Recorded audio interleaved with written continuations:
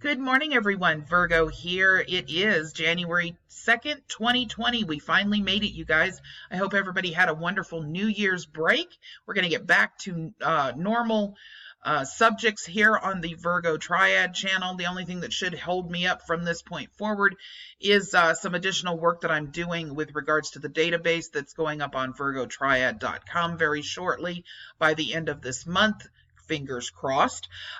So we should be pretty much back to business here. We've got a lot of things to look forward to at the beginning of this year, including the Sharon Tracy Gale Bay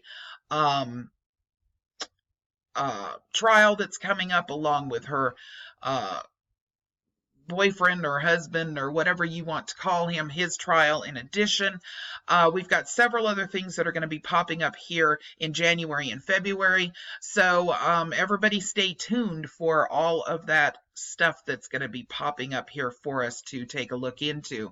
Now, this particular article is very interesting. I want to thank the subscriber that submitted this to me over the last couple of days. This came out as of December 30th of 2019. It is very fresh. It's from the hartfordcourant.com. I will post the link in the description for you, or at the top of the comment section probably would be more like it. You guys seem to appreciate that more than when it's in the actual description box. Easier for you guys to see and get to.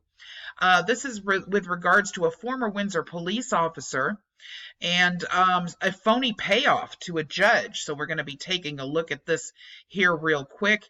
It says a federal appeals court issued an unusual ruling on Monday when it denounced what's known as we'll just call it the movement, everybody knows what I'm referring to, and rebuked a former Windsor police officer of the year. He was an officer of the year, apparently, accused of embezzling almost a $250,000 mortgage loan and then claiming falsely to have made a $300,000 payoff to the judge assigned to his foreclosure case.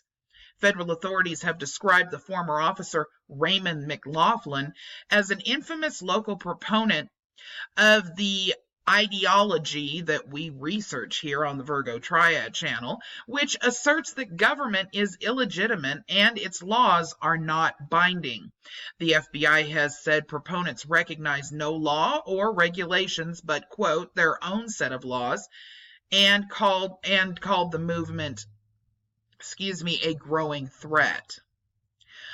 McLaughlin has been charged with a variety of federal offenses, but was convicted earlier this year of making false statements to the Internal Revenue Service when he filed fraudulent documents purporting to show a payoff to Superior Court Judge Robert F. Vacelli, U.S. District Judge Michael P. Shea sentenced McLaughlin to 2.5 years in prison. McLaughlin, who represents himself and is involved in a dozen or so federal suits, appealed, and the U.S. Court of Appeals for the Second Circuit was rejected in a blunt, unsigned 9-paragraph decision on Monday. Throughout, McLaughlin has made arguments that were consistent with the ideology that appeals courts say proponents of that ideology, like McLaughlin, believe that the federal government is, of course, illegitimate, and therefore that is its laws are not binding. As the district court noted, so-called sovereigns seek to clog the heels of justice and delay proceedings so justice won't ultimately be done. They do so by raising numerous, often frivolous arguments, many alleging that the courts or the Constitution lack any authority whatsoever. McLaughlin's argument here goes to the very heart of our authority to hear federal criminal cases, the appeals court said. It raises an issue that warrants a clear statement from this court to deter any future litigants from making similar claims. As we have seen throughout 2019, a lot of the judges are now paying closer attention to the fact that they need to make sure that people are aware that this is serious, that the frivolous arguments that are coming into the court are costing taxpayers, legitimate taxpayers, a lot of money, and so they're cracking down a lot harder than they used to. A decade or so ago, McLaughlin was enforcing rather than attempting to repudiate law and government. Federal prosecutors said that McLaughlin served honorably as a Windsor officer and was voted Officer of the Year by colleagues in 2009. However, McLaughlin asked the department to stop withholding taxes from his salary, and he stopped enforcing traffic laws while on patrol. Federal prosecutors said then Windsor Police Chief Kelvin Kearse warned McLaughlin that the movement would end up landing him in jail, but McLaughlin chose to ignore these well-intended warnings. The attempt to implicate Vicelli in a payoff occurred in April of 2014, which prosecutors said was the 6th year of a scheme by McLaughlin to finance a home in East Hartford with a $233,000 mortgage loan and then live in the house for years without paying a dime on that mortgage. The IRS said McLaughlin and his wife had a combined income of more than $155,000 in 2009 when they obtained the mortgage, yet he failed to make a single payment while living in the house for 6 solid years. Federal prosecutors said that the bank waited 2 years before filing for foreclosure and suing them in 2011 after McLaughlin refused repeated offers to negotiate. Federal prosecutors said that once the foreclosure suit began, McLaughlin began a concerted campaign of frivolous, manipulative, pro se litigation. After Vicelli ordered foreclosure in 2012, December of 2012, prosecutors said that McLaughlin prolonged the proceedings for a further 16 months by filing 44 motions to vacate, set aside, or reopen the foreclosure, all groundless.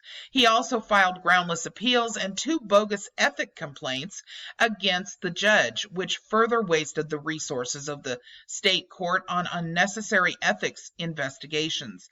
The tax filing reporting a $300,000 payment to Vicelli was made in April of 2014. The attempt to remove Vicelli from the case failed, but it took another 2 years to evict McLaughlin. When the bank representatives took possession of the home, they found it had been extensively vandalized. Holes were smashed through the walls, and ceilings and a bathroom fixture had been completely shattered. So we're seeing this more and more. Again, this is about gumming up the court system. It's about scams and financial fraud. It's about claiming that there's things called A4V, where you can supposedly remove your debts or discharge your debts by writing to the Treasury. There are numerous people online right now, April Lejeune being one of them. Many others are out there in addition, selling packages for $1,000 a piece or close to it, where they fill out paperwork for you and claim that you can do these things. The truth is that all of these things are completely fruitless when you're done with the paperwork and you've wasted money on these packages. None of them work, and the majority of people find themselves in trouble, either with the Treasury or with the courts. Many people attempt to try to claim these rights of this ideology and ultimately find themselves in even more trouble than they already were in by going to court and trying to push the issue with these things. As we saw back a few months ago, judges are starting to go a little bit harder on these people than they used to. It used to be that they would, check them to see whether there was something mentally wrong with them. They would afford them, like elbow counsel in order to assist these trials where people go and claim that they're going to represent themselves pro se. And now it's turning out that they're giving out harsher sentences and they are allowing them less time to make these crazy claims and motions that are placed in these cases. So we're going to keep our eyes open and see what else comes off of this, if anything, but I wanted to make you guys aware of it. This is another case where we have another party. This time happens to be an actual police officer or former police officer, where the movement has infiltrated, you know, and we need to be keeping an eye on any public servants or anyone in the political arena that are spewing these type of arguments or crazy conspiracy theories, because it's short to come if we're hearing those types of things. I found that those that are out there that are making kind of crazy claims with previous conspiracies or making up new ones, there's this movement tends to be behind that, or at least the belief in the ideology of this movement. All right, there's more to come today, you guys. You'll find the pin to the top of the comment section if you want to go ahead and take a look at it or clip it for your own use later on. Everybody, I hope that you had, like I said, a wonderful New Year's, and I'll see you later this afternoon. Bye-bye.